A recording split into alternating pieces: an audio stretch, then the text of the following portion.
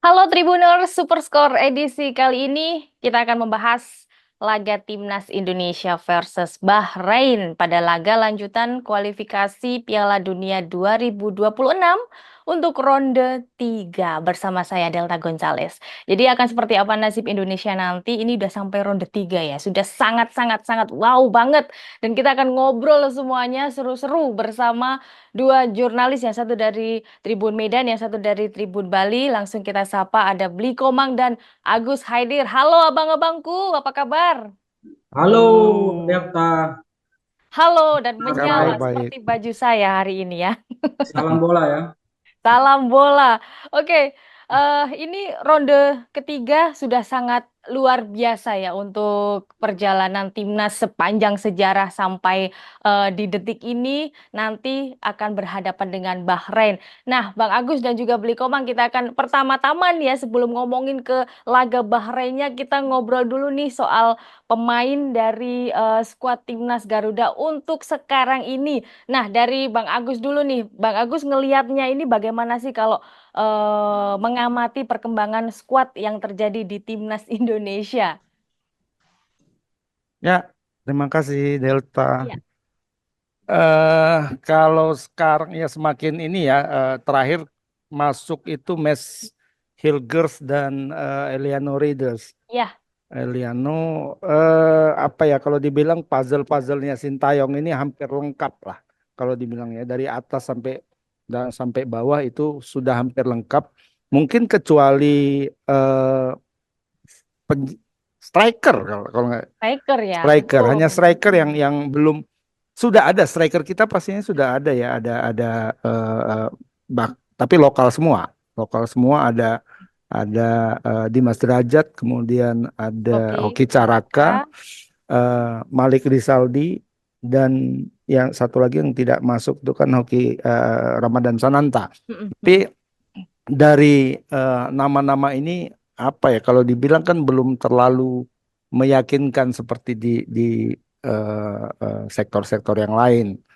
Eh, tapi sejauh ini ya kalau kita bilang kita sudah kalau dibandingkan dengan Bahrain misalnya ya dari sisi eh, eh, eh, nilai tim saja kan kita sudah berada di atas Bahrain jauh ya. Ya, Mereka jauh. hanya sekitar 124 miliaran, kita sudah di angka 400-an gitu. Ya, apa ya kalau dibilang kita sekarang sudah bisa agak lebih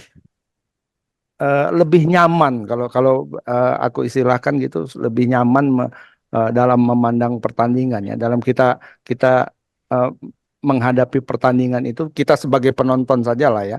Kita sebagai penonton kita merasa lebih ini bisa ini menang ini gitu ya. Itu perasaan yang sepertinya baru sekarang itu ada. Ya.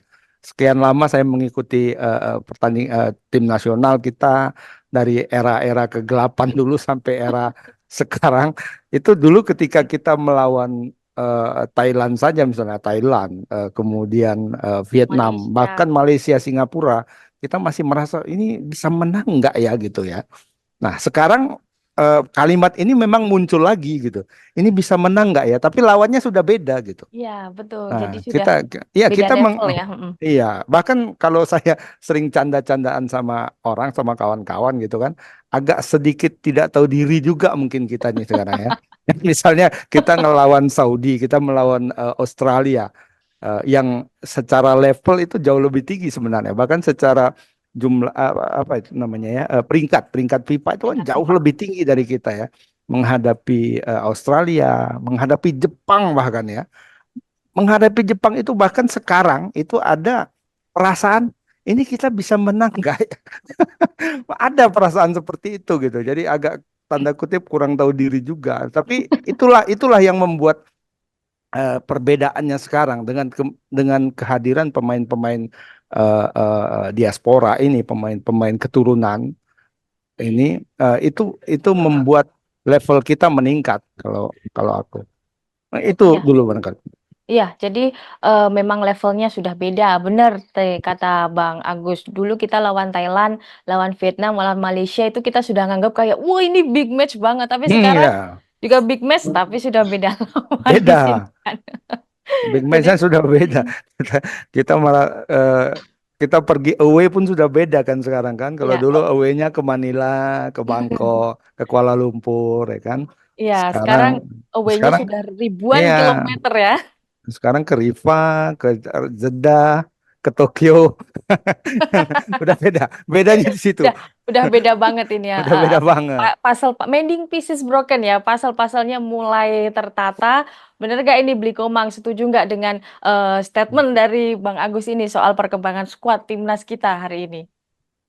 Iya, Mbak Delta dan Bang Agus, memang kalau kita lihat uh, komposisi skuad timnas Indonesia sekarang memang jauh berbeda ya dibanding sebelum-sebelumnya di masa-masa kegelapan dulu ya, seperti yang disinggung Mas Agus tadi.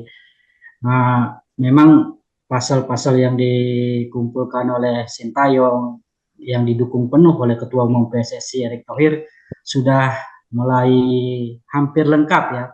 Dan memang benar bahwa memang mungkin satu yang masih masih menjadi PR.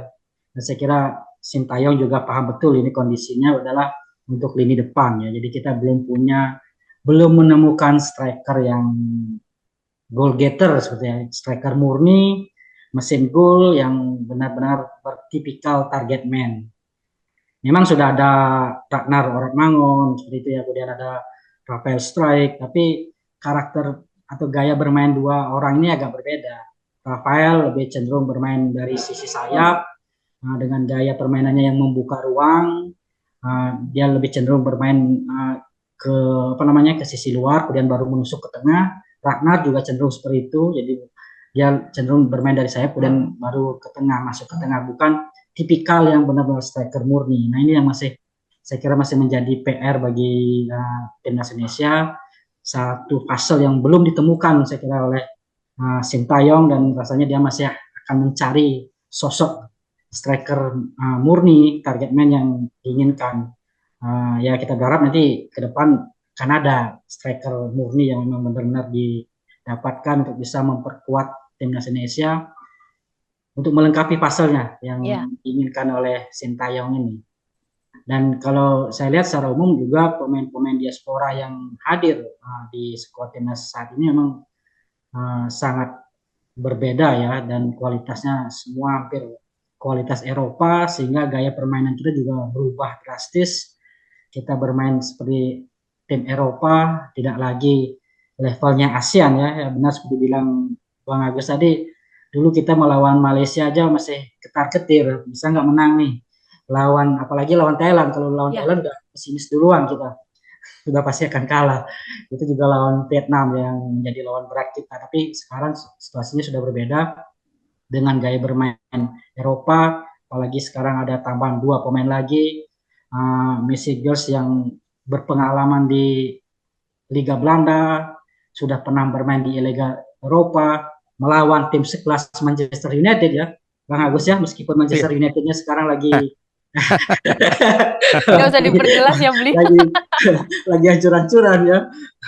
Ya artinya Messi sudah membuktikan kualitas seorang pemain jempolan ya, bisa berlaga di level Eropa. Kemudian Eliano juga menjadi amunisi baru kita, tapi Eliano kehadirannya saya kira belum bisa juga menjadi pemecah permasalahan di lini depan kita ya, karena kita membutuhkan striker sebenarnya. Jadi Eliano mungkin nanti bisa bermain sebagai back sayap maupun penyerang sayap. Mm-mm. Ya, seperti itu mungkin Delta. Ya, eh, ada banyak naturalisasi diaspora dan juga sampai believers ya di Hmm. skuad timnas kita sekarang ini, dan juga banyak yang pro dan Hmm. kontra. Kalau pro jelas banyak mungkin, tapi yang kontra ini yang sedikit mengganggu Hmm. kelanjutan dan juga pemberitaan yang ada di media seputar Hmm. timnas Indonesia.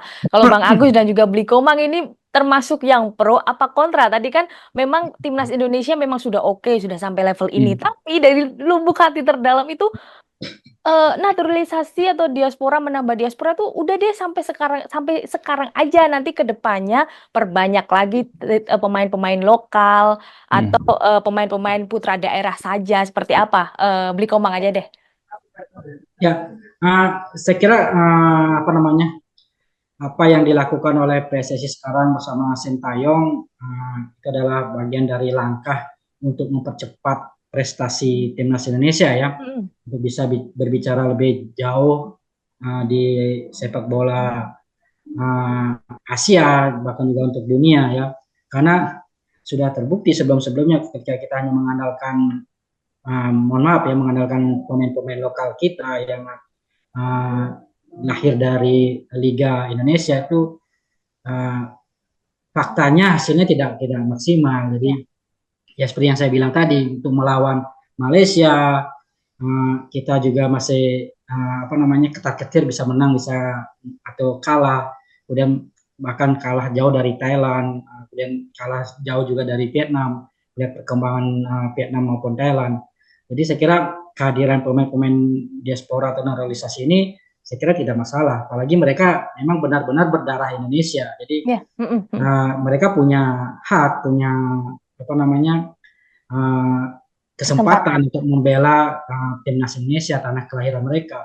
Justru berbeda dengan pemain-pemain naturalisasi di era sebelumnya yang justru pemain-pemain yang tidak berdarah Indonesia, tapi ya karena alasan mereka lama bermain di Liga Indonesia, lama tinggal di Indonesia, kemudian dinaturalisasi, dan mereka tidak ada darah Indonesianya sebenarnya. Ya. Dan hasilnya juga kita lihat kan, mereka juga tidak bisa mengangkat prestasi timnas, paling hanya di level ASEAN kan. Uh, dan juara Piala AFF pun belum pernah kan mereka bisa. Nah, sekarang dengan pemain nasionalisasi yang bermain di Eropa dengan berdarah Indonesia ini, saya kira perlu didukung untuk mengangkat prestasi timnas Indonesia, dan juga sebagai apa ya, untuk apa namanya, terlalu lama bagi fans Indonesia untuk menyaksikan gitu timnas Indonesia bisa meraih hasil bagus di level Asia maupun dunia. Saya kira saatnya sekarang bagi timnas Indonesia yang sudah lama merindukan uh, prestasi untuk bisa terobati seperti itu. Mungkin nanti next setelah uh, prestasi timnas Indonesia dengan pemain-pemain naturalisasi ini, pemain diaspora ini bisa lebih bagus di level Asia, bahkan bisa tembus ke Piala Dunia misalnya, tentu pemain-pemain lokal akan semakin termotivasi untuk meningkatkan kemampuan mereka. Dan saya kira juga Sintayong juga tidak apa namanya, selalu bertumpu pada pemain naturalisasi di dalam skuadnya. Terbukti juga pemain-pemain lokal kita seperti Rizky Ridho, Marcelino, Witan Sulaiman tetap juga mendapat kesempatan. Jadi bahkan ada beberapa pemain diaspora yang dicadangkan. Jadi Sintayong juga fair melihat kemampuan dari pemain-pemain yang dimasukkan atau dipanggil ke timnas ini untuk tampil di setiap laganya. Saya kira gitu, Delta. Ya, jadi Sintayong dan juga PSSI benar-benar objektif dalam menilai pemain ya. Jadi memang harus dipilih-pilih mana putra daerah atau mana mungkin diaspora yang bisa memiliki kesempatan bermain di timnas. Seperti itu ya, Bang Agus ya. Sepakat ya, pro ya ini ya. Atau ada kontra sedikit ini? Ya, kalau menurut aku naturalisasi itu hal yang mungkin tidak perlu dibahas lagi ya, Ya, tidak perlu dibahas, tidak perlu diperdebatkan karena memang kan apa ya kalau tapi mungkin pemahamannya saja yang kita ini banyak mungkin yang belum memahami kenapa naturalisasi itu dilakukan oleh PSSI. Yang diributkan itu sebenarnya kan sudah dijalankan. Ya, bahwa orang ribut ini naturalisasi sampai kapan, kita perlu pembinaan dan sebagainya gitu kan. Nah, kan pembinaannya sudah dilakukan sekarang. Ya, mulai misalnya perbaikan Liga 1 itu kan sudah dilakukan, perbaikan Liga 2, Liga 1 kan itu sudah mulai memakai VAR misalnya. ya. Itu kan sesuatu yang dilakukan untuk memperbaiki Liga 1 dan sekaligus juga meningkatkan upaya untuk meningkatkan kemampuan dari pemain-pemain yang ada di Liga 1. Bahkan juga di Liga 2. Mungkin yang agak tertinggal itu di Liga 3 lah ya. Tapi kan itu kalau pemainnya memang mumpuni dari Liga 3 pun nggak masalah, bisa bisa juga muncul Wahyu misalnya. Wahyu Mm-mm. Prasetyo itu Wahyu kan dari Pras ya Liga itu. Mm-mm. Wahyu Prasetyo kan dari Liga 3 kan. Liga 3 naik Liga 2 naik Liga 1 sekarang pemain timnas. Nah, artinya eh, eh, pembinaan yang dilakukan, yang diributkan itu, kenapa PSSI tidak melakukan pembinaan? Ya sudah dilakukan kok, cuma memang apa ya, kalau dibilang tidak terlalu terblow up karena yang menjadi sorotan utama ini adalah tim nasional yang terus menambah pemain-pemain diaspora yang kemudian dinaturalisasi menjadi pemain timnas. Nah, tapi kenapa itu dilakukan? Ada dua hal sebenarnya. Mm-mm. Yang pertama itu, kita kita mau mana dulu nih? Kita mau memperbaiki dulu. Kan ada dua pilihan ya kalau menurutku. Kita memperbaiki liga, melakukan pembinaan, tapi itu harus menunggu. Itu kan tidak bisa instan ya. Kita harus menunggu sampai 5 tahun, 10 tahun, 15 tahun. Sementara di saat yang sama posisi kita di peringkat FIFA itu kan bukan tidak menguntungkan ya. Kemarin ketika Sintayong masuk itu kan 170-an ya. Ya. Nah, dengan kondisi kita di peringkat 170, itu potensi kita, peluang kita untuk naik tingkat itu kan kecil. Kalau kita eh, apa ya? Kalau kita berpegang pada kita harus melakukan pembinaan dari bawah, kita menunggu panen hasilnya nanti 15 tahun ke depan. Nah, selama 15 tahun itu potensi kita untuk naik peringkat itu kan kecil. Siapa yang mau tanding sama kita? Paling Ya. yang bawah-bawah lah. Seperti sekarang lah, tetangga kita Malaysia misalnya, banyak negara yang menolak bertanding dengan mereka kan. Nah, kita kan sudah mengalami itu. Bahkan Timor Leste pernah menolak bertanding melawan Indonesia.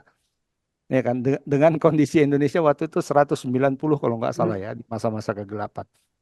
Nah, PSSI itu melakukan langkah tepat. Jadi dua hal yang berbeda ini dilakukan, yang pembinaan dan memperbaiki timnas itu dilakukan secara bersamaan. Nah, langkah instan memperbaiki tim nasional itulah dengan mendatangkan pemain-pemain diaspora.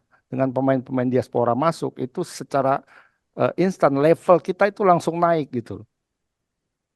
Level kita langsung naik, bukan hanya dari sisi ini ya, tapi mental bertanding itu kan beda jadinya sekarang. Dengan kita pemain dulu kan, kita ketika melawan Malaysia, melawan Thailand itu sudah takut duluan. Kalau sekarang pemain-pemain seperti Jai Ijes, seperti Mes Hilgers, apa takut melawan pemain Malaysia, pemain Thailand? Enggak, Enggak. mana takut mereka karena dia Mes misalnya, walaupun tadi dibilang MU itu sekarang lagi terpuruk ya, tapi itu kan MU gitu loh. Aku semalam baru ngelawan pemain MU. Ngapain aku takut ngelawan pemain Thailand? Kan seperti itu kira-kira Bener kan? ya. Mm. Nah itu. Jadi begitu pula sekarang ketika akan melawan Bahrain, akan melawan Cina. Dia semalam menjaga Marcus Rashford. Dia kemarin menjaga menjaga siapa tuh strikernya timnas Maroko yang di Fenerbahce kan? Dia kemarin berhadapan dengan tim yang diasuh oleh Jose Mourinho. Ngapain dia takut lagi kan? Nah, Ya. artinya itu secara level kita meningkat dan itu tidak akan tercapai jika kita tetap berpegang kepada pembinaan tadi. Ya pembinaan tetap dilakukan, cuma itu bukan intinya. Jadi langkah yang dilakukan oleh PSSI sekarang menurut aku tepat. Ya, jadi intinya memang terbentuk dari mentality pemain itu sendiri. Nah, Hmm. dengan kondisi seperti ini, saya pernah baca kalau nggak salah teman-temannya Hapner yang ada di Inggris sana itu malah justru mereka tuh berbondong-bondong ingin banget main di timnas Indonesia karena melihat perkembangan timnas yang begitu pesatnya sampai sekarang ini. Dan juga untuk ngobrol pemain naturalisasi diaspora dan juga Believers ini yang belakangan banyak banget yang sedang diobrolkan di media sosial dan juga pemberitaan adalah siapa bisa tebak Beli Komang? Kevin Dix. Sang kiper dong, Martin Paes Martin ya. Pas. Iya, iya. Ya. Martin Paes, kiper Iya, dari Martin Dallas, Paes. memang hampir saja kemarin kita nggak jadi join ya Martin Paes ya, hampir saja ya. Tapi ternyata Oh. dia membuat story dan membuat semua seluruh Indonesia Raya lega bahwasanya dia bisa ikut ke Bahrain gitu kan ya. Beli Komang tanggapannya nih, performa Martin Paes di Mister Gawang kita seperti apa ini? Ya, Delta tentu kehadiran Martin Paes ini juga sangat berdampak besar terhadap timnas Hmm, kita ya, karena harus kita akui juga di timnas sebelumnya meskipun ada Hernando, kemudian ada Radio, harus kita akui bahwa kemampuan atau kualitas mereka mungkin belum belum selevel Paes ya. Jadi apalagi Martin Paes kita tahu pengalaman internasionalnya luar biasa bermain di Dallas ya, sebagai kiper utama. Kemudian ketika dia bergabung membuktikan dari dua pertandingan melawan Arab Saudi dan Australia untuk membuktikan bahwa dia memang kiper luar biasa. Dan saya kira di dua laga tersebut Paes berperan sangat besar sekali atas hasil yang kita raih dua kali hasil imbang, meskipun ya ada sesekali dia melakukan blunder, tapi tetap harus kita apresiasi penampilan dia. Dan untuk melawan Bahrain nanti ya kabar baiknya bahwa uh, Paes yang sebelumnya sempat dikabarkan mengalami cedera tangan karena lebih susah memperkuat klubnya, ternyata sekarang sudah bergabung di Bahrain bersama timnas. Jadi ini kabar baik, meskipun Sintayong menyatakan peluang Martin Paes untuk tampil melawan Bahrain nanti masih 70%. Tapi saya kira uh, kemungkinan besarnya Martin Paes akan diturunkan oleh Sintayong ya untuk memperkuat timnas melawan Bahrain, karena ya kita berharap di sini bisa mendapatkan hasil maksimal, dan itu kehadiran Martin Paes di bawah Mister memberi kepercayaan diri, menambah apa namanya motivasi dan mental bagi pemain-pemain lainnya khususnya di lini pertahanan. Ya, jadi H-1 pertandingan saja kemarin Sintayong belum fix ya, belum mengumumkan apakah benar Martin Paes akan dipasang jadi starting line up gitu kan ya. Jadi nanti kita buktikan. Nah, Bang Agus, apakah dengan performa Martin Paes yang mungkin sudah di atas rata-rata ya untuk pemain Indonesia, bisa dibilang nggak kalau Martin Paes ini sebagai salah satu pemain kunci dari timnas, kunci keberhasilan dari performa timnas? Ya, pastinya ya Delta ya. Mm-mm. Kita bisa lihat ketika pertandingan melawan Saudi dan juga melawan Australia ya. Ya. Kalau bukan Martin Paes kipernya, itu sepertinya kemungkinan besar timnas itu kalah ya. Lawan Saudi itu jelas dia ya, dia beberapa kali itu menggagalkan peluang Saudi dan juga terutama penalti ya kan, Mm-mm. penalti itu kalau penaltinya masuk ya kemungkinan besar Indonesia kalah karena itu sudah di menit-menit akhir. Melawan Australia juga luar biasa, itu dalam catatan saya sekitar 8 atau 9 dia melakukan save ya, save Mm-mm. ketika melawan Australia. Jadi ya pastinya dia salah satu apa ya kalau dibilang ya poros poros utama lah di tim nasional sekarang ya, selain Jai dan juga Tom Hai. Tom Hai, Ya, yes. kalau tanpa tiga nama ini, mungkin sekarang ada Hilgers ya. Walaupun dia belum main, tapi dari reputasi dia di luar kan kita sudah bisa mendapat gambaran lah bagaimana dia ya. Ada tanpa empat pemain ini, mungkin timnas Indonesia akan bisa dikatakan berkurang kekuatan separuh lah tanpa mereka. Ya, ada Paes, ada J.I. Jazz, dan juga Tom Hai, dan juga mungkin Miss Hilgers ya. Ini Ya, pemain diaspora. Nah, Bli Komang, untuk pemain dalam negeri putra daerah mungkin yang bisa dibilang, oh ini pemain kunci keberhasilan dari timnas. Siapa kira-kira Bli Komang? Pemain Ya lokal. kalau untuk pemain lokal ya yang khususnya utamanya bermain di Liga 1 ya saya Hmm? kira Rizky Ridho ya yang Rido. Mm-mm. harus kita beri apresiasi ya. Dia masih usianya juga masih relatif muda, eh, sangat-sangat tampil sangat baik ya bersama timnas senior di kualifikasi Piala Dunia ini, baik melawan Arab Saudi maupun melawan Australia, sehingga Rizky Ridho selalu mendapat kepercayaan dari Sintayong sebagai starter. Dan sejauh ini Rizky Ridho menunjukkan bahwa dia mampu bermain bersama pemain-pemain Eropa sekelas Jaises ya di lini belakang, kemudian pemain-pemain lainnya maupun Jordi Amat, kemudian ada Verdong seperti itu. Jadi meskipun banyak pemain naturalisasi atau pemain diaspora yang hadir di khususnya di lini belakang, Rizky Ridho masih tetap mendapat satu slot di lini belakang. Nah, ini tentu membuktikan bahwa Rizky Ridho ini punya peran yang sangat baik, dan saya kira juga dia punya jiwa kepemimpinan yang sangat baik ya. Di timnas Mm-mm. ketiga dia sebagai kapten dan sekarang di Persija juga sebagai kapten. Mudah-mudahan dia bisa stabil, tampil baik dan menjaga kemampuannya. Juga tentu kita berharap bahwa uh, nama-nama seperti Marcelino uh, bisa kembali menemukan performa terbaiknya ya. Jadi jangan sampai merasa puas diri dulu. Uh, Marcelino sebelumnya selalu tampil bagus bersama timnas senior maupun timnas U23, tapi dalam beberapa kesempatan terakhir terlihat penampilannya mulai agak menurun. Kita berharap dia tidak apa namanya karena merasa menjadi pemain bintang kemudian lupa diri, kemudian performa jadi menurun. Mungkin juga karena di klubnya juga kurang mendapat kesempatan, tapi kita berharap Marcelino bisa kembali bangkit ya, bisa kembali menunjukkan kualitasnya. Ya, jadi kuncinya memang konsistensi ya, seperti Rizky Ridho agar bisa terus bersaing, berkompetisi juga untuk bersama pemain-pemain diaspora lainnya. Tadi Bang Agus sudah apa ya, menyebut mensepil Miss Hilgers dan juga Eliano Reinders ya.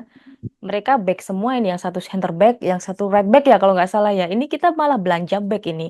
Prediksinya Bang Agus untuk dua pemain ini bakalan seperti apa nanti di timnas? Apakah bisa mengimbangi atau justru nggak jadi pilihan utamanya Sintayong? Ya, khusus untuk Eliano ya, dia kan pemain apa ya, versatile ya. Dia bisa bermain di banyak sekali posisi. Landang. Heeh. Jadi dia bisa bisa bermain di bek kanan, dia bisa bermain di gelandang tengah, dia Heeh. bisa bermain di kedua sisi Ya. sayap di depan. Jadi bisa kanan, bisa kiri.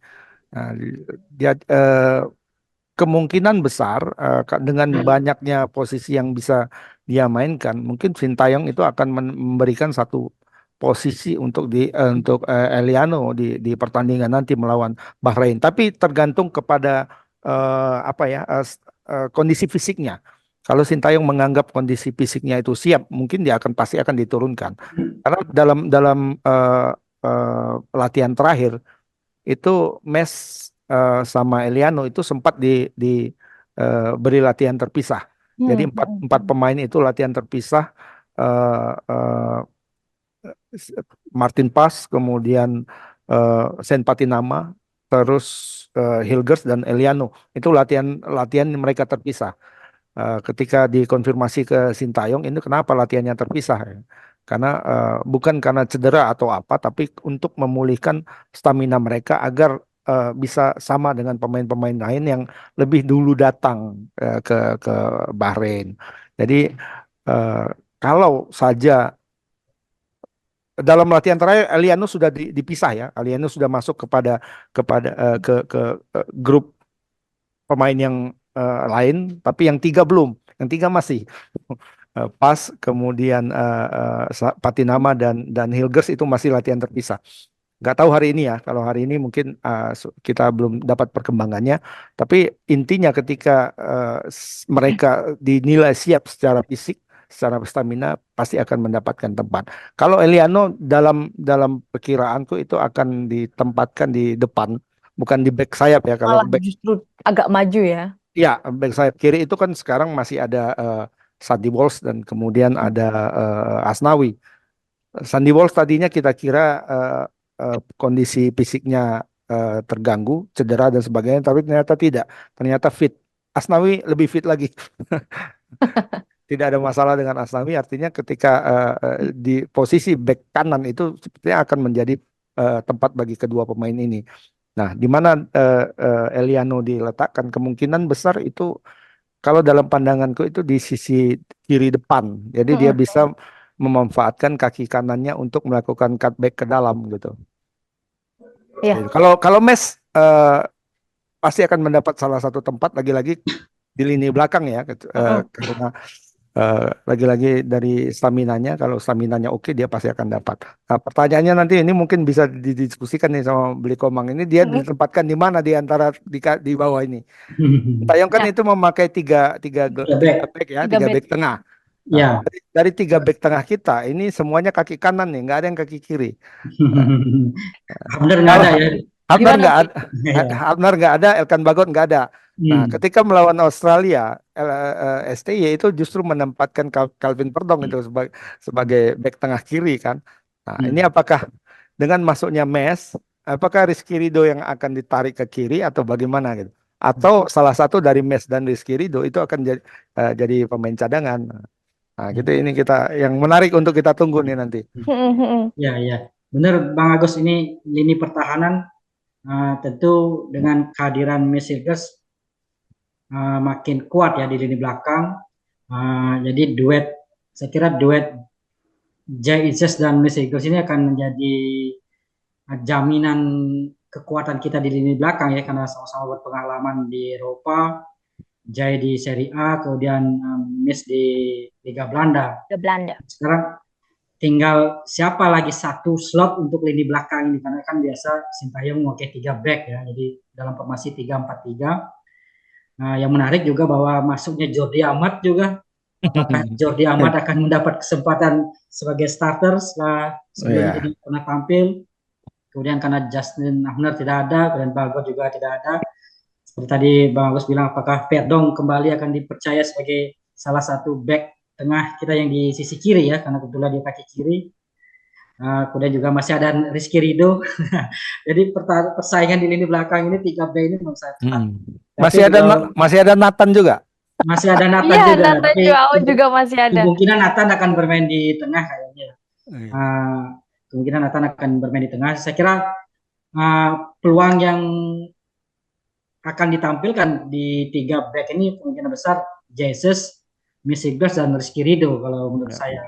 Jadi mungkin Ridho nanti akan bermain di sisi kiri. Ya, karena di Persija pun dia pernah juga bermain di kiri ya. Ya, Ketika betul. dalam beberapa kesempatan dia bermain di kiri, itu kan Ferrari di kanan, di tengah tengah itu siapa pemain asingnya? Ya, yang dari yang pemain asingnya lupa. Ya, itu dia sebenarnya bukan bukan baru-baru sekali bermain di kiri, pernah bermain juga di kiri. Rizky dulu ya, kemungkinan bisa dipertimbangkan oleh Sintayong nih. Ya, ini mumpung lagi seru ngomongin backs ini ya. Menurut Blikomang, masa depan atau nasib Elkan Bagot seperti apa ini? Kabarnya memang lagi bersitegang dengan Sintayong atau menurut Blikomang seperti apa ini masa depannya? Iya, iya, iya. Yang Jarang menarik betul ya, dia. Elkan Bagot ya, salah satu pemain apa namanya, yang punya masa depan bagus secara kualitas ya. Betul. Dan dia bukan pemain naturalisasi ya, Kan. jadi sayang sekali sebenarnya timnas harus kehilangan sosok Elkan Bagot dalam beberapa pertandingan ini ya. Saya kira lebih ke personal sebenarnya. Jadi seperti kita tahu memang Sintayong ini pelatih yang karakternya memang tegas, disiplin ya. Ketika ada pemain yang mangkir dari pemanggilan timnas, ketika dibutuhkan oleh timnas, maka Sintayong akan berlaku tegas terhadap pemain tersebut. Jadi saya kira lebih ke personal. Jadi ketika Elkan Bagot menolak pemanggilan timnas U23 di ajang Olimpiade ya, kemarin di kualifikasi Olimpiade itu, ketika Bagot tidak memenuhi panggilan Sintayong, dan itu akhirnya berlarut sampai sekarang. Jadi akhirnya Sintayong tidak pernah lagi memanggil Bagot. Jadi tentu kita berharap keduanya nanti, antara Sintayong dan Bagot, ada komunikasi lagi sehingga Bagot nanti bisa kembali memperkuat timnas Indonesia. Ya, semoga membaik ya untuk untuk hubungan yang dikata personal itu kan. Dan sebenarnya Sintayong ini pemaaf juga ya kan beli ya. Jadi dia tegas tapi pemaaf ya. Nah, ketika ada pemain berbuat salah kemudian datang meminta maaf, itu selesai masalahnya. Egy kan pernah melakukan hal yang sama kan. Maulana Fikri, kemudian Yakob Sayuri, ketika dia dipanggil nggak datang, alasan cedera, tapi besok-besoknya main di klub. Kan pernah juga tuh Egy tuh. Iya, iya. Nah, kita harapkan sekarang Bagot yang kedua besar. Iya, tinggal datang saja. Ya, tinggal datang, dan Sintayong sudah memberi sinyal sebenarnya. Agar Bagot datang ke dia ya untuk menyampaikan mungkin permohonan maaf atau ya komunikasi lah. Berkomunikasi ya. Ngobrol-ngobrol aja sebenarnya kan, ngopi bareng gitu lah. Oke, tadi mungkin juga barangkali besok, tapi sudah ada ini mungkin 70% ya, laga versus Bahrain itu akan menjadi laga debut untuk Miss Hilgers dan juga Eliano Reinders. Nah, ada satu pemain ini, Bang Agus ini yang udah berdengung kuat banget di media sosial, yang katanya sudah ditawarin oleh PSSI, sudah menjalin komunikasi dengan PSSI, yang akan bermain di timnas Indonesia ada KDB, tapi bukan Kevin De Hmm. Bruyne, tapi Kevin Kevin Dick. Dix Bakarbesi katanya. Ini pemain dari Ah, Copenhagen di Denmark yang katanya punya kakek dari Ambon. Nah, hmm. pendapatnya Bang Agus gimana nih? Apakah boleh juga nih Kevin Dix ya atau gimana? Iya, udah jelas lah namanya Bakar Besi kan. Bakar Besi, Ya, Patinama, itu kan dari sana semua kan. betul. Ah, Tombeng, Hilgers itu kan Tombeng kan. Ah, eh, memang tadi kita bilang ya peningkatan kualitas timnas itu berbanding lurus ya dengan apa ya kalau dibilang reputasi timnas itu di mata dunia internasional, Ya, termasuk di mata pemain-pemainnya, pemain-pemain juga kan. Nah, dulu di masa-masa tanda kutip masa-masa kegelapan itu gelap. siapa sih yang mau gabung sama tim nasional kan nggak ada yang mau tuh. Paling dulu inilah si Sandy Walsh, karena Sandy Walsh itu sebelum dinaturalisasi ternyata prosesnya kan sudah berlangsung 7 tahun ya. Nah, tapi selain Wolves kan nggak ada yang mau sebenarnya ya dengan pemain yang berada di grade B dan apalagi grade A. Nah, ada banyak sekali nama selain selain ini ya, selain Kevin Dix juga yang sekarang rumornya itu berkembang ya. Ada Emil Mulyadi termasuk, kemudian Iya. eh, ada banyak sekali nama lah. Tapi kemudian apakah memang mereka eh, benar-benar akan datang itu kan kita belum tahu ya. Sampai sekarang masih masih el rumor lah istilahnya. El Rumo. Tapi aku berkeyakinan kalau kita di dua pertandingan ini melawan Bahrain dan melawan China nanti mendapat hasil yang positif. Misalnya dua-dua menang ya, dapat 6 poin. Artinya kita jadi dapat 8 poin ya kan. Artinya kita one step closer ke Piala Dunia kan. Itu Ya, mungkin jangankan Dix, mungkin Pascal Struijk bisa datang nih. Pascal Pemain Struijk ya. ya yang di Leeds, Iya, yang ya di benar Leeds yang di United Leeds itu ya, kan ya. yang Leeds United yang harganya sampai hampir 400 miliar gitu ya. Kapten. Ya. Itu bisa datang pemain-pemain yang tidak, bahkan oleh Romeni yang sekarang sombongnya minta ampun itu pasti akan datang ketika kita sudah mendapat poin sekian. Artinya kan kalau hitung-hitungannya kan eh, Mm. kita dapat 14 poin itu udah lolos Piala Dunia tuh. Ya, 14 atau 15 poin. Nanti kalau kita sudah dapat 8, kita tinggal nyari 7 dari beberapa pertandingan. Nah, itu pasti akan datang tuh Delta. ya luar biasa banget ini menjadi magnet ya, menjadi Yang magnet menjadi bagi magnet. jadi pemain-pemain yang punya mungkin langsung dicari. Aku keturunan Indonesia nggak nih gitu kan ya. Iya, yang nggak punya keturunan pun ngaku-ngaku keturunan tuh nanti tuh. Pokoknya harus tetap dicari-cari ini kan ya. Ya, itu Pascal Struijk nanti membuat skuad Indonesia tambah mahal lagi nih kalau memang jadi Hmm. gabung ya. Sekarang kalau di head to head kan sama Ada harga ada pemain ada satu Bahrain. lagi tuh back hmm, kirinya Fenerbahce semalam tuh, Osterwolde kan. Itu sudah ngomong-ngomong sama Miss Hilgers kemarin tuh bisik-bisik mereka nggak tahu apa Waduh bisik. ini ya. Mungkin mereka punya grup sendiri. Nah, Mungkin. kemarin saya juga sempat kepoin IG-nya Kevin Dix ini ya. Saya lihat Ya. ini followingnya dan followernya. Ternyata sudah sama-sama follow sama Erick Thohir. Nah, mungkin ini Sudah. di sini poinnya di sini ya, Bang Agus ya. Ya, rumorsnya kan dia sedang dalam perjalanan menuju Jakarta katanya ya.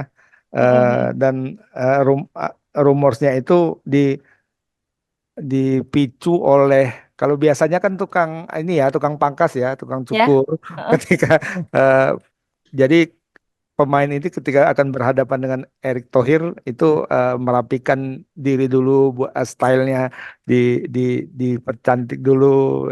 Jadi mereka itu ternyata tukang cukurnya sama. Gitu. Oh, Ada lah tuh udah. ada tukang cukur langganan gitu. Nah, biasanya mereka yang men-spill duluan. Tapi ini Oke. sekarang khusus Mm-mm. untuk Kevin Dix ini berbeda. Mm-mm. Ada pelukis katanya, pelukis. Pelukis Ya, jadi dia menggambar sketsa dari dari Kevin. Kevin Dix. Nah, kemudian mengirimkan ke Kevin Dix dan ternyata dibales. Oh, Dia bilang, oh bagus sekali gambarnya begini, begini, begini. Tapi kemudian ya nanti bisa saya kirimkan aslinya kata kata si ini ya, Mm-mm. pelukisnya. Nah, Kevin Dix bilang nggak usah dikirim, nanti saya ambil sendiri katanya. Oh ya, Kita ini dia ini. Ini clue kita ya, sudah clue kita ini. kita akan bertemu di Jakarta. Nah, inilah yang rumor Ah, itu dipicu ya dari ya sini. ya. Rumor itu Oke. dipicu dari sini. Dari apa sendiri belum. Mm-mm, mm-mm. Ya, jadi aku sempat tanya Bang Arya, karena Arya kebetulan kantornya di Asprop PSSI Sumut Iya. bersebelahan dengan kantor Tribun Medan nih. Jadi Oh, sering sering ketemu, sering Bang. komunikasi Ya, ya. Bang, betul nggak si ini? Gue bilang kan, belum. Kalau dia kan selalu Oh, gitu, belum. belum, Ya, belum, belum. heeh. Kevin, Katanya ya. Kev- Mm-mm. Kevin Dix gimana Bang? Rumor serame Bang, gue bilang kan. Jadi, nantilah kita tunggu Kan, ya. ya, Jawabannya oke. seperti itu. Gitu. Heeh. Ya Tapi kita jawabannya, tunggulah. kita tunggu barangkali ini akan menjadi aset timnas Indonesia Iya, di kalau ronde berikutnya mungkin ya. Nah, ini dia. Kalau Kevin Dix masuk mungkin ya di belakang itu sangat kuat ya, karena dia selain back tengah juga bisa main di back kanan. Di Hmm, Copenhagen juga bermain di back kanan hmm, juga hmm. dia. Ya, oke. Jadi cita-cita Pak Erick Thohir menciptakan pemain apa ya, skuad tim nasional 2x11 itu kan, Pak Erick selalu bilang begitu kan, 2x11 pemain yang sama kualitasnya itu mungkin akan tercapai sih. Jadi siapapun yang bermain, kualitas timnas tidak berubah. Ya, apalagi Kevin Dix juga pernah mengenyam Liga Champion juga kan ini kan? Oh iya, sering Nah, dia. itu dia. Sering lawan MU juga itu. Rivalnya MU ini. Beli komang nih. Beli Komang. Lagi bersedih. Lagi bersedih nomor 14 nggak apa-apa ya, nggak masalah ya beli komang ya. Iya. Sempat sempat apa itu kan Beli Komang? Sempat peringkat runner up wilayah timur ya. Sampai MU. dibilang wilayah timur. Oke, Nah, eh untuk pemain sudah sangat kompleks banget, banyak banget yang pro dengan kondisi pemain dan skuad dari timnas Indonesia sekarang. Kita bergeser beli komang ke siapa lagi kalau bukan Sintayong. Jadi semuanya ini ada karena juga polesan dari Sintayong yang memang pencapaian sampai sekarang ini sangat berdampak besar bagi timnas dan mungkin Beli Komang bisa ya apa ya sekira-kiranya mendeskripsikan gaya kepelatihan Sintayong itu seperti apa atau mungkin bedanya dengan pelatih-pelatih yang lain itu seperti apa, pelatih timnas ya. Itu bagaimana Beli Komang melihat Sintayong? Ya, memang menarik ya sosok Mm-mm. Sintayong ini. eh, Ya meskipun kita harus akui bahwa dia mengubah wajah timnas Indonesia ya, bisa meningkatkan kualitas timnas Indonesia, meningkatkan ranking timnas Indonesia di FIFA. Tapi kan masih juga ada yang suara-suara kontra terhadap sosok Sintayong ini di sepak bola Indonesia. Tapi kalau menurut saya harus kita akui bahwa kehadiran Sintayong ini membawa pengaruh yang sangat besar terhadap timnas Indonesia ya. Kita lihat bagaimana cara dia melatih, dia sangat menekankan disiplin, kemudian bagaimana dalam bermain menekankan pressing yang sangat tinggi. Itu menjadi kekuatan dari Sintayong dan dia selalu menekankan fisik pemain, meningkatkan fisik pemain timnas Indonesia ya, karena uh, harus kita akui bahwa fisik masih menjadi masalah dari pemain-pemain lokal Indonesia ya. Timnas Indonesia, pemain-pemain Indonesia rata-rata hanya mampu bermain dalam tempo tinggi itu sekitar 60 menit ya. Nah, ini yang awalnya dilakukan oleh Sintayong, jadi meningkatkan fisik pemain, selain juga skill pemain-pemain lokal. Segala upaya sudah dilakukan, tapi Sintayong merasa belum cukup, sehingga dia perlu mendatangkan pemain-pemain diaspora, pemain-pemain naturalisasi ini untuk bisa meningkatkan kualitas dari timnas Indonesia. Dan kalau kita lihat sekarang memang ya berubah total ya, jadi permainan Mm-mm. timnas Indonesia sangat-sangat berbeda, sudah level Eropa. Dan kalau kita lihat dari catatan yang dibukukan oleh Sintayong selama bersama timnas Indonesia, dari 49 laga Sintayong mencatatkan 24 kali kemenangan, kemudian 12 kali imbang dan 13 kali kalah. Jadi kalau kita lihat dari catatan pertandingan yang telah dilakoni oleh Sintayong ya positif hasilnya karena lebih banyak meraih kemenangan. Ya. Jadi besok akan menjadi laga ke-50 bagi Sintayong ya, di laga yang sangat spesial. Ya tentu sekali lagi bahwa kita melihat timnas Indonesia sangat berubah sekarang, apalagi didukung oleh pemain-pemain naturalisasi yang bermain di Eropa, sehingga apa yang diinginkan oleh Sintayong bisa dilakukan atau diaplikasikan oleh pemain-pemain timnas Indonesia di lapangan. Cuma yang mungkin masih menjadi catatan bagi saya juga bahwa gaya permainan Sintayong lebih cenderung defensif. Jadi ini harus kita akui, lebih cenderung mengandalkan permainan-permainan bertahan dan Hmm, hanya mengandalkan serangan balik. Oke, hmm. kita bisa maklumi ketika melawan tim-tim yang levelnya jauh di atas timnas Indonesia ya. Hmm. Tapi mungkin ketika menghadapi tim-tim yang tidak jauh berbeda dengan kita, Sintayong harus lebih berani untuk bermain lebih agresif, bermain lebih terbuka. Salah satunya mungkin melawan Bahrain nanti dan melawan Cina nanti, dengan melihat kualitas dan kemampuan kedua lawannya ini, saya kira Sintayong tidak perlu terlalu bermain defensif, Ya. apalagi dengan strategi parkir bus, harus berani lebih bermain terbuka. Jadi dia sudah membuktikan bahwa dia juga bisa bermain dengan gaya yang lebih ofensif dan atau menyerang. Seperti itu, Delta. Ya, eh, nggak boleh lebih defensif karena selama ini mengandalkan counter attack aja gitu ya, beli Komang ya. Ya, ya Jadi cenderung dia kalau kita lihat cenderung gaya permainannya kan defensif. Jadi dari kita lihat ya. dari formasinya juga 3-4-3 yang dalam ini 3-4-3 dalam posisi normal. Kalau dalam situasi bertahan itu bisa menjadi 5-4-1.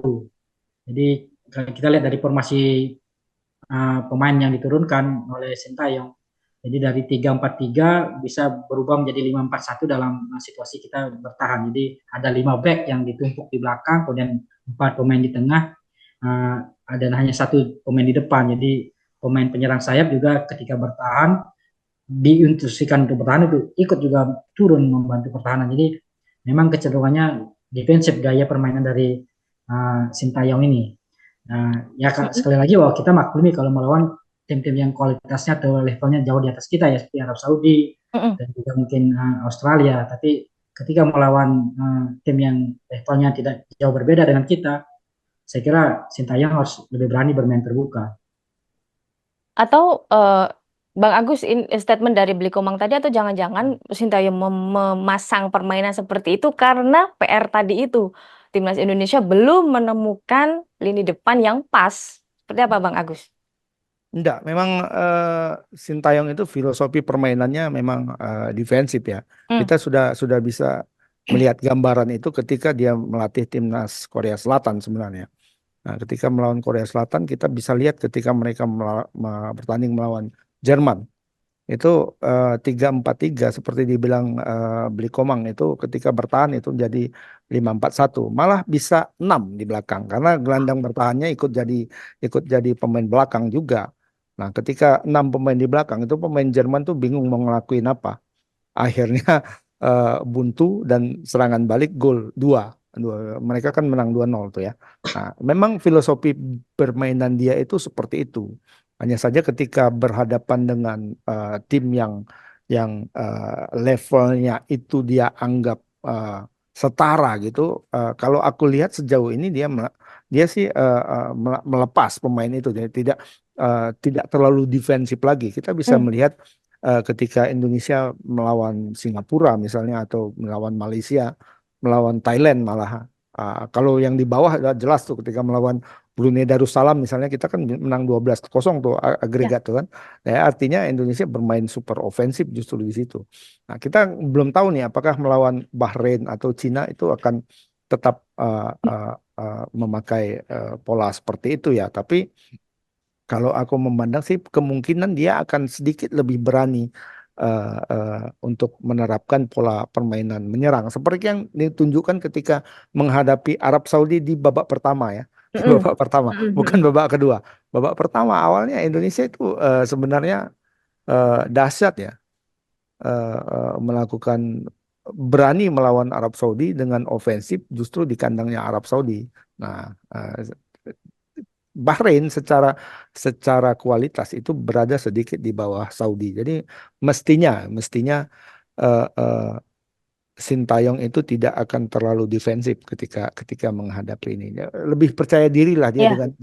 dengan kualitas dengan materi yang dia miliki sekarang di tim nasional, seharusnya lebih percaya diri. Jadi Indonesia tidak lagi takut kepada lawan sekarang, justru lawan yang harus takut sama Indonesia dengan melihat kualitas pemain Indonesia di sini ya. Kita bisa lihat nanti ketika melawan Bahrain misalnya, kalau Bahrain. kita kalau kita head to head kan pemain-pemain yang akan berhadapan itu jauh loh kualitasnya Delta ya. Eh, Iya, kalau dilihat pemain abroadnya aja di Indonesia Abroadnya ada 16 ya kalau nggak salah. 16 dan Heeh. dan dan Bahrain ini Bahrain ada hanya 3 kalau nggak 2 apa salah. 3 gitu kan Tiga, ya. tiga, Ah, itu dia. satu main di Kucing Oh, di kucing Malaysia. Malaysia ya. Iya, satu main di Kucing, Itu dia. satu main di Kucing, satu main di Kuwait, dan satu lagi main di Uni Emirat Arab. Dua, Itu. du- eh, teta, dua tetangga, satu tetangga kita gitu. Berbeda jauh dengan kualitas Indonesia. Seharusnya dia lebih percaya diri, walaupun jangan terlalu overconfidence juga gitu. Tapi Iya. tapi kalau dibilang dia defensif ya, memang filosofi yang dia bawa itu memang memang cenderung lebih defensif permainannya. Iya, kalau kita lihat ini di grup C bersama Bahrain ini Indonesia ada di peringkat 4 dengan 2 poin dan Bahrain ada di posisi ketiga dengan 3 poin. Ini Hmm. jauh ya dari Jepang yang sudah di 6 poin di atas dan juga Arab Saudi di runner up. Nah, di sini kalau kita flashback ya, flashback pertemuan dari Indonesia versus Bahrain yang paling sangat kelam adalah sama di kualifikasi Piala Dunia. Mungkin Bli Koman dan juga Bang Agus tahu lah ya, Ya, 10-0 sepuluh waktu nol. itu Ya, di tahun 2012. Dan itu benar ya, itu memang benar-benar zaman kegelapan. Dan selanjutnya, sebelumnya lagi 2-1 di Piala Asia 2007 dan juga 2011 kita kalah 0-2. Ini yang menang 2-1 ini yang Bambang Pamungkas itu bukan sih? Ya, ya, ya, ya, yang Iya di benar kan ya? sekali. Jakarta. Nah, Ya, Budi ya. Sudarsono. Iya, ingatan saya masih oke ini berarti ya. Oke, eh untuk laga melawan Bahrain nanti ini seperti apa? Bli Komang, taktik yang mungkin diterapkan oleh Sintayong, mungkin bisa diperjelas lagi, diperdetil lagi untuk menghadapi Bahrain nanti. Ya, menarik ya Delta ya. Tadi sudah di-spill sama Delta. Salah satu rekor pertemuan kita melawan Bahrain ya. Kekalahan terburuk bagi timnas Indonesia ya dengan skor 10-0 pada Februari 2012 gitu ya. Jadi Ya. itu laga kualifikasi Piala Dunia juga, Delta. Jadi kualifikasi Piala Dunia 2014. Tapi saat itu memang di timnas dan di PSSI memang terjadi dualisme ya. Jadi Betul, ada gontok-gontokan, jadi ada betul.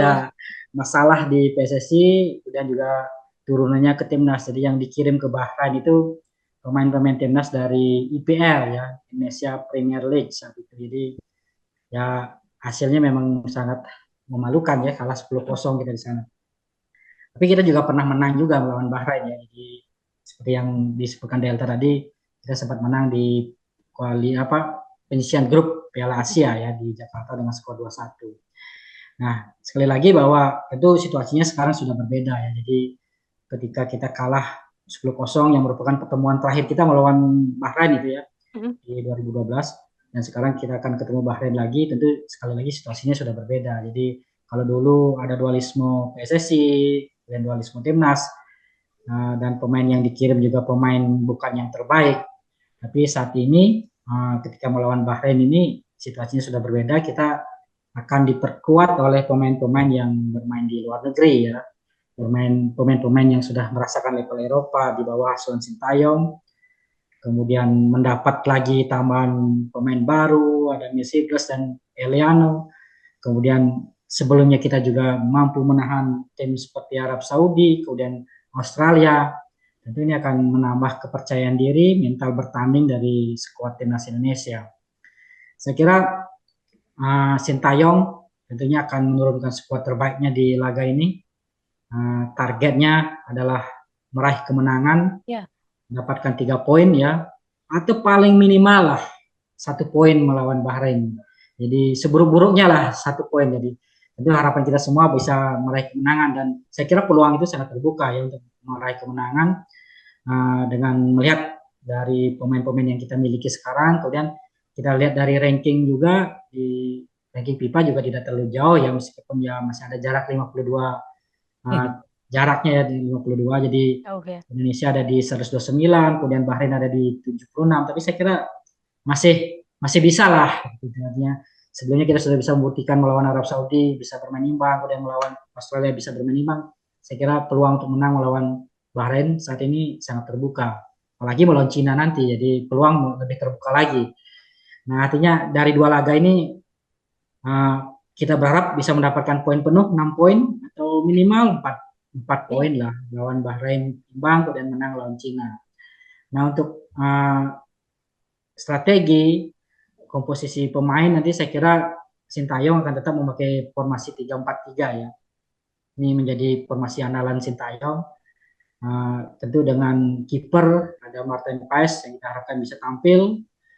Kalaupun tidak bisa tampil ya tentu ada Hernando yang bisa menjadi backup, tapi sekali lagi kita berharap Martin Paes bisa tampil ya untuk bisa memperkuat kiper kita supaya lebih tangguh di posisi kiper.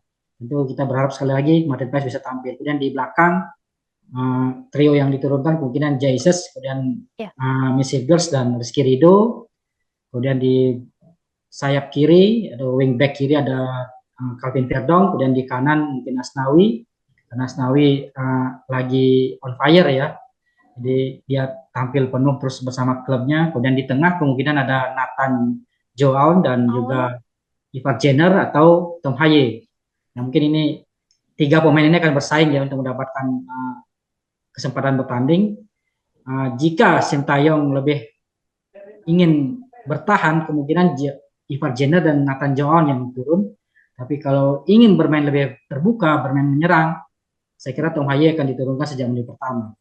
Karena kan Tom Haye lebih menyerang tipenya, saudara Ivar Jenner ini lebih bertahan.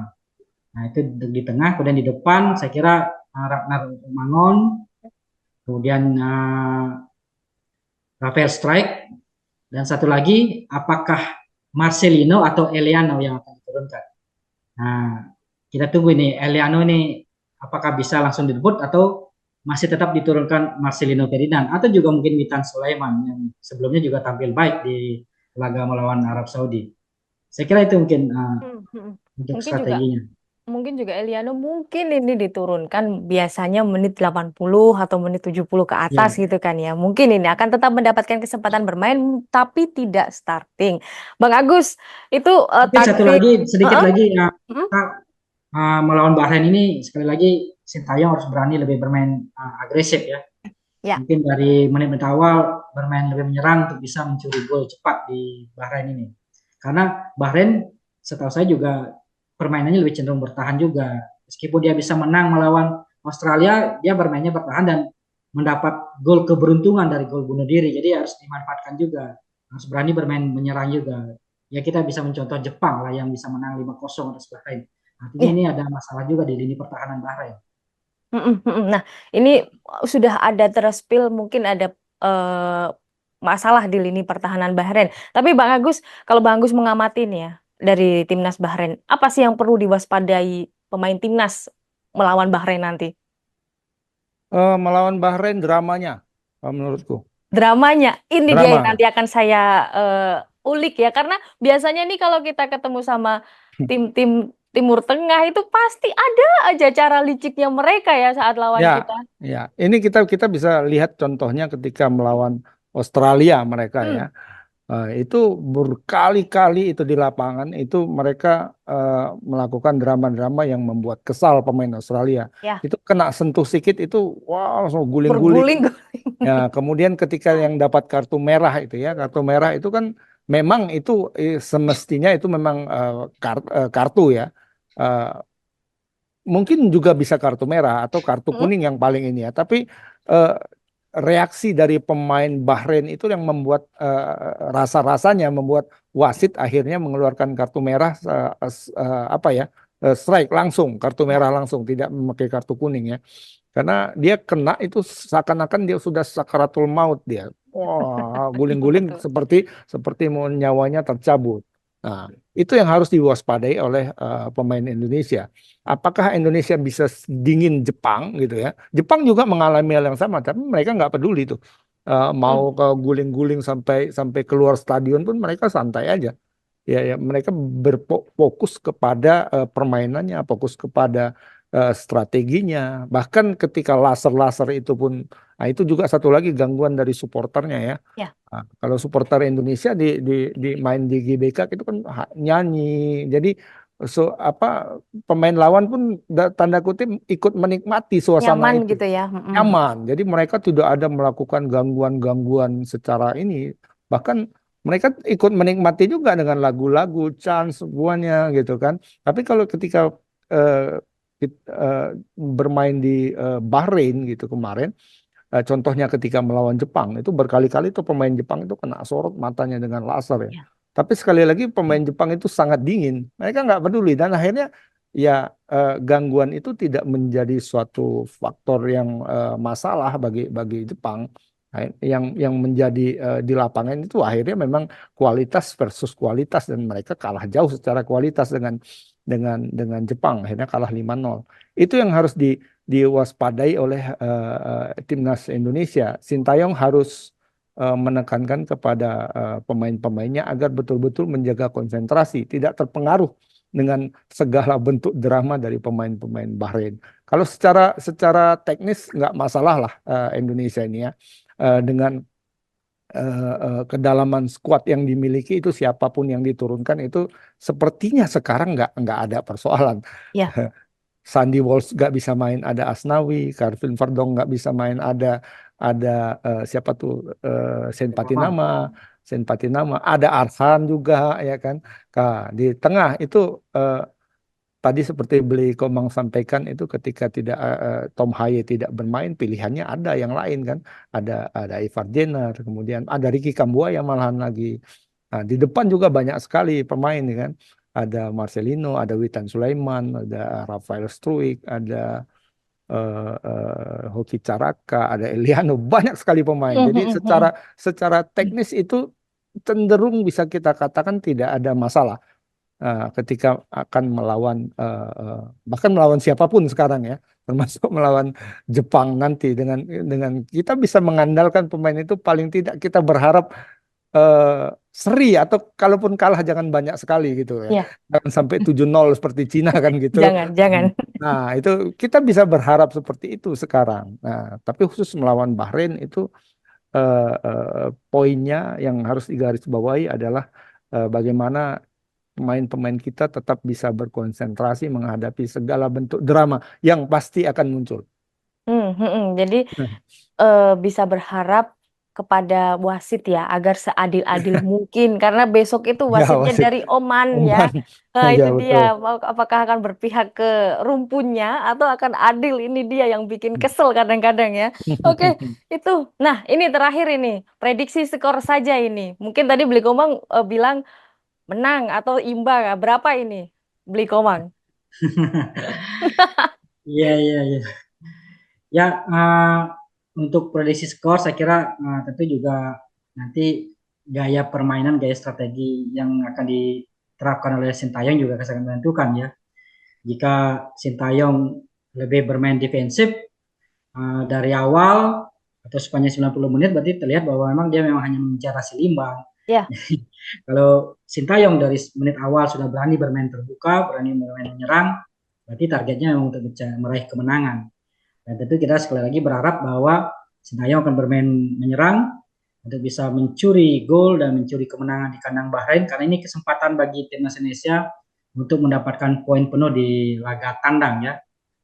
Untuk memenuhi syarat nanti untuk bisa lolos ke putaran atau ke Piala Dunia ya. Untuk bisa finish di posisi 1, 2, atau 3. Jadi ini kesempatan bagi Indonesia meraih kemenangan atau poin imbang di Bahrain kemudian mendapatkan kemenangan di Cina. Kalau prediksi skor saya kira berharap timnas Indonesia bisa menang 1-0 atas Bahrain. Tipis saja ya. Ya, karena kita masih punya masalah di lini depan Delta, jadi harus realistis juga bahwa keran gol kita masih belum apa ya, belum lancar seperti itu. Ya. lini Belum depan kita bocor masih ada keran masalah gol ya. kita ya. Ya, kesulitan untuk mencetak gol. Jadi bisa menang 1-0 saya kira sudah luar biasa. Ya, oke, 1-0. Kalau saya 2-1 kita nanti comeback. Bang Agus berapa nih? Eh, aku kira hasil pertandingan melawan Saudi dan melawan Australia Australia? itu mengubah semuanya sekarang ya. Jadi termasuk mengubah keyakinan kita juga, optimisme kita ya kan. Jadi kita bisa bisa menahan imbang para karyawan tetap Piala Dunia lah kita bilang ya. Kita bisa. Nah, akhirnya sekarang optimisme itu membuncah sekarang. Kita bisa kok. Kita bisa imbang melawan Saudi, kita bisa imbang melawan Australia. Kenapa nggak bisa kita menang lawan Bahrain? Kenapa nggak bisa kita menang melawan Cina? Termasuk di kandangnya mereka gitu. Nah, inilah tadi yang aku bilang di awal tadi, Ya. tanda kutip agak ketidaktahudian kita ya. Tapi itu kita sikapi dengan senang saja kan. Toh, kalau kita hitung-hitungan di atas kertas juga, Indonesia tuh kelihatannya kok ya unggul-unggul sedikit dibanding mereka gitu. Dibanding dengan materi kita yang kita punya sekarang, itu tidak mencerminkan kita berada di peringkat 129 dunia. Nah, Mm-mm. itu diakui langsung oleh Roberto Mancini loh ya kan. Ya, betul. Roberto Mancini yang bilang ini Indonesia kok peringkat segini sih mainnya kayak gitu. Nah, kan bahasa kita lah seperti itu ya. Nah, kalau aku sih memandang agak lebih optimistis gitu ya, menghadapi Bahrain dan Cina ini walaupun tidak akan mudah untuk meraih kemenangan di sana. Tapi aku kok ya mengira bisa 2-1 sih Dua melawan satu. melawan ini. Dan Indonesia unggul duluan 2-0. 2-0. Nah, Boleh. bisa bisa tetap Bisa. 2-0 jika jika STY tidak melakukan apa ya kalau dibilang ya agak keliru dalam melakukan pergantian ya. Ini Ya. Mm-mm, mm-mm. ketika melakukan pergantian dalam dua pertandingan terakhir kan kita lihat juga nih ketika pergantian pemain dilakukan gitu. Misalnya lawan Saudi tuh Jenner dan Tom Hai ditarik keluar itu langsung ambruk tuh permainan lini tengah Indonesia langsung ambruk. Gitu juga ketika kita main di GBK kemarin. Ketika melakukan pergantian itu terjadi penurunan kualitas daripada permainan Indonesia. Nah, jika itu terjadi lagi melawan Bahrain, ya harapannya Indonesia sudah menang duluan sebelum itu terjadi gitu loh. Nah, Mm-mm, mm-mm. Sudah unggul yang duluan gitu kan ya. Mm-mm. ya yang agak dikhawatirkan itu kan sekarang Jordi nih. Jordi Amat.